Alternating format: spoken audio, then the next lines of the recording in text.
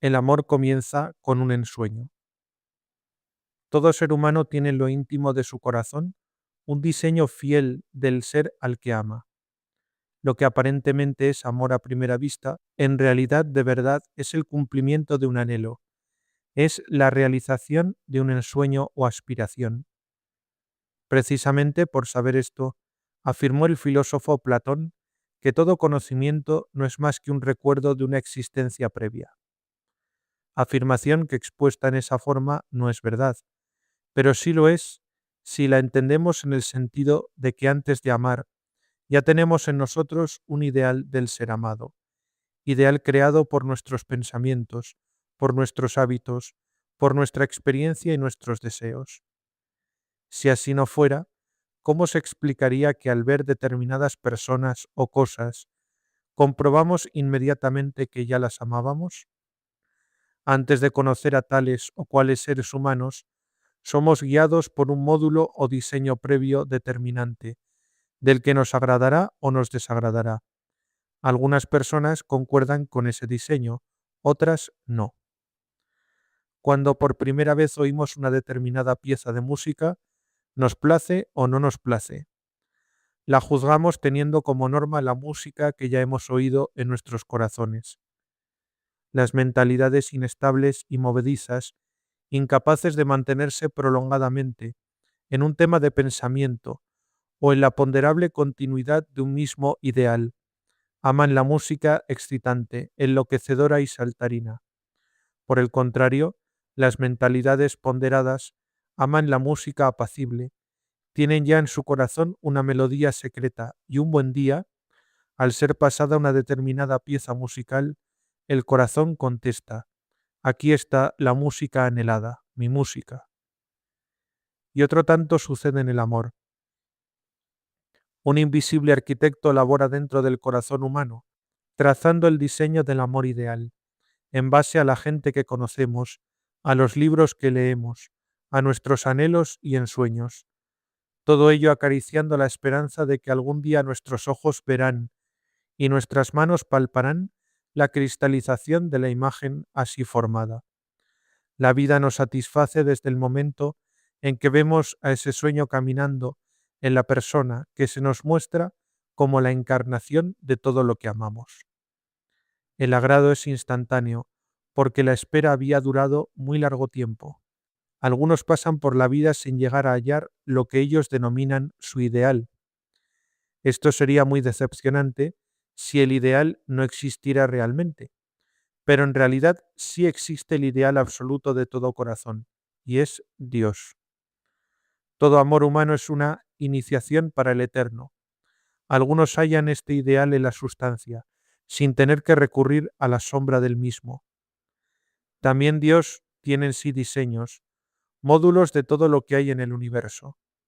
Así como el arquitecto tiene en su mente el plan de la casa antes de construirla, así Dios tiene en su mente una idea arquetipo de toda flor, de toda ave, de todo árbol, de la primavera, de toda melodía.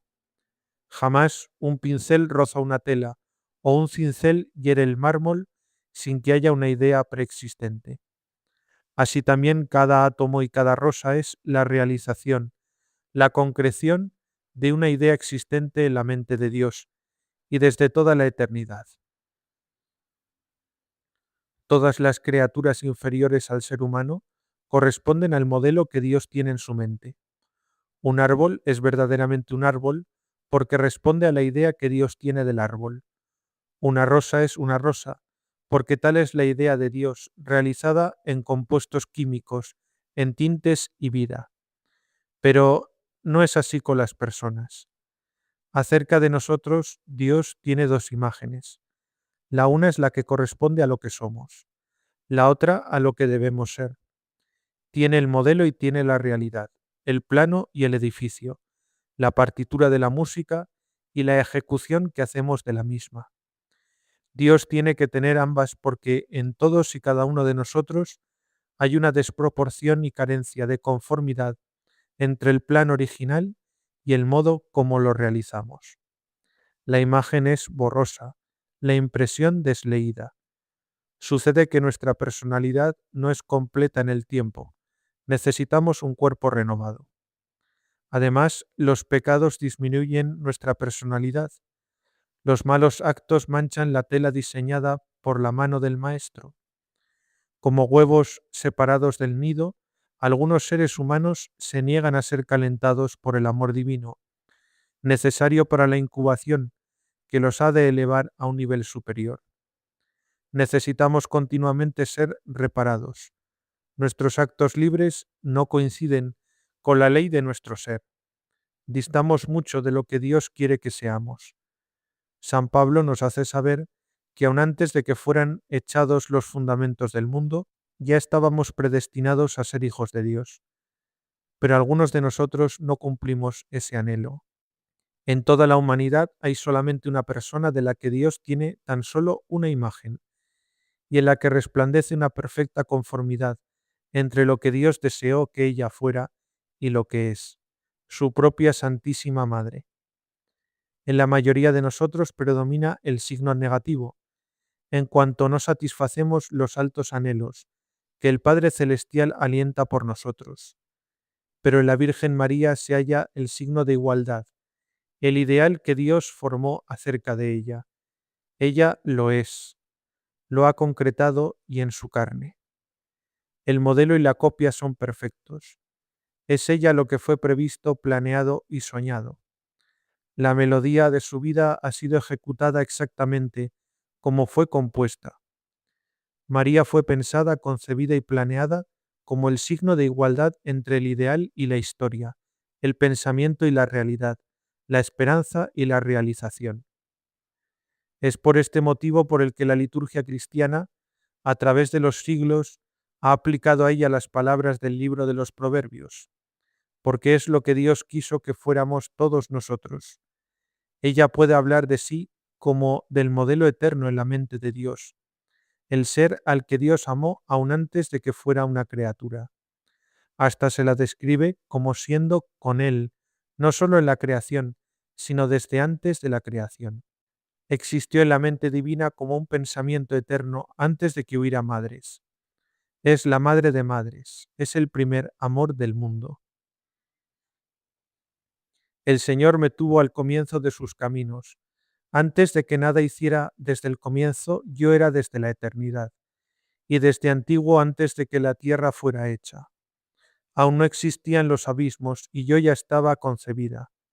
Aún no habían brotado las fuentes de las aguas, ni se alzaban los montes con su enorme volumen, y no había hecho la tierra, los ríos, ni los ejes del orbe terráqueo, y yo veía la luz antes que las montañas.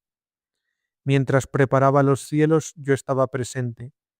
Mientras limitaba a los abismos con ley y compás determinado, cuando aseguraba los etéreos en lo alto y abría las fuentes de las aguas, cuando circundaba al mar dentro de sus límites, poniendo a las aguas una ley, a fin de que no salieran de sus términos, cuando balanceaba los fundamentos de la tierra, yo estaba con él haciendo todas las cosas, y me deleitaba diariamente jugando ante él, en todo momento, jugando en el orbe de las tierras, y mis delicias eran estar con los hijos de los hombres.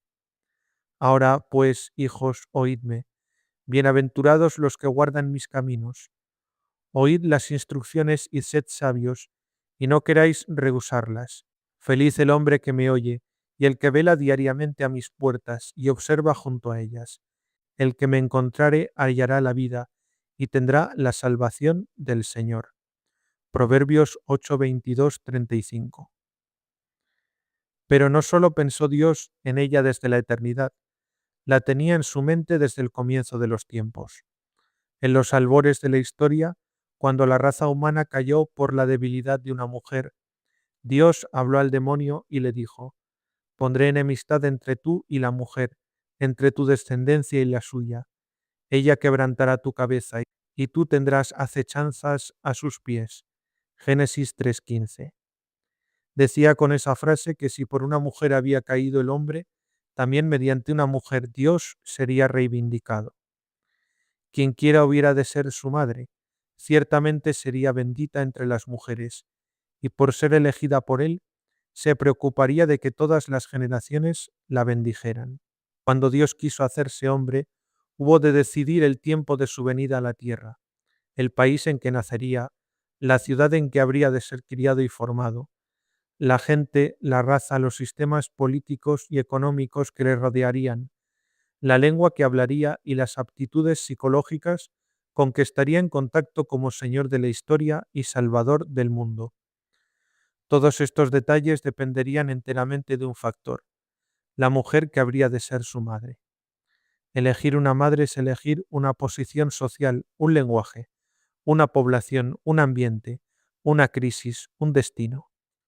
Su madre no sería como la nuestra, a la que aceptamos como algo históricamente fijado y que no podemos cambiar. Él nació de una mujer a la que eligió antes de nacer. Es el único ejemplo de la historia en que ambos, el hijo quiso desde antes a la madre y la madre quiso al hijo. A ello alude el credo al decir nació de Santa María Virgen. Fue llamada por Dios lo mismo que Aarón, y nuestro Señor nació no solo de su carne, sino por su consentimiento. Antes de tomar para sí la naturaleza humana, consultó con la mujer, para preguntarle si estaba dispuesta a dar a él, a Dios, un hombre. El hombre que fue Jesús no fue robado a la humanidad, como Prometeo robó fuego del cielo, fue dado como un regalo. El primer hombre Adán fue hecho del limo de la tierra. La primera mujer fue hecha de un hombre en éxtasis. Cristo, el nuevo Adán, procede de la nueva Eva. María en un éxtasis de oración y amor a Dios, y en la plenitud de la libertad. No nos debe sorprender que se hable de ella como un pensamiento de Dios antes que el mundo fuera hecho. Cuando Whistler hizo el relato de su madre, ¿acaso no tenía la imagen de ella en su mente antes de reunir los colores en su paleta?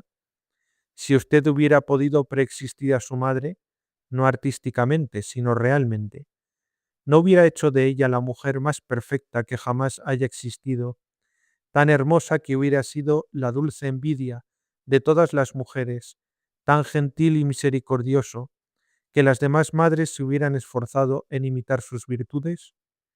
¿Por qué entonces hemos de pensar que Dios procederá de otra forma? Cuando Whistler fue felicitado por el cuadro de su madre, respondió: ustedes saben cómo sucede en esto. Uno procura hacer a su madrecita lo más hermosa que puede. Cuando Dios se hizo hombre, creo que también Él procuraría hacer a su madre lo más hermosa que le fuera posible, y que la haría una madre perfecta. Dios jamás hace algo sin extremada preparación. Sus dos grandes obras maestras son la creación del ser humano y la recreación o redención del mismo. La creación fue hecha para seres humanos no caídos, su cuerpo místico para seres humanos caídos. Antes de crear al hombre, hizo un jardín de delicias, hermoso como solamente Dios es capaz de hacerlo. En aquel paraíso de la creación se celebraron las primeras nupcias del hombre y la mujer. Pero el hombre no quiso recibir favores, sino aquellos que concordaban con su naturaleza inferior.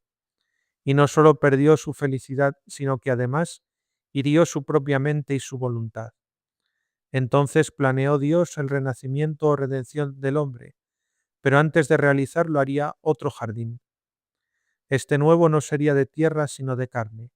Sería un jardín encima de cuyos portales jamás se escribiría la palabra pecado. Un jardín en el que no crecerían las malas hierbas, de la rebelión que impiden el crecimiento de las flores de la gracia. Un jardín del que dimanarían 4 ríos de redención hacia los 4 ángulos de la tierra. Un jardín tan puro que el Padre Celestial no hallaría desmedro en enviar a él a su propio Hijo, y ese paraíso ceñido de carne, para ser cultivado por el nuevo Adán, fue nuestra Santísima Madre. Así como el Edén fue el paraíso de la creación, María es el paraíso de la encarnación, y en ella, así como en el anterior, fueron celebradas las primeras nupcias de Dios y el hombre. Cuanto mayor es la proximidad al fuego, mayor es el calor que se experimenta. Cuanto más cerca se está de Dios, mayor es la pureza del que se avecina. Y como ningún ser pudo jamás estar más cerca de Dios que la mujer, de cuya envoltura humana se sirvió para ingresar en la tierra, luego nadie ni nada pudo ser más puro que ella. Un huerto jamás tocado por mano humana utilizó Dios para su venida. El primer ramillete fue rojo encarnado, sus labios de ella al dar la bienvenida. El segundo era suavemente azulado, sus ojos brillantes al paso del Señor. El tercero fue blando, de albor inmaculado, su alma siempre pura a la vista de Dios. Fueron 3 ramilletes de amor amante, dadores de Cristo al mundo expectante.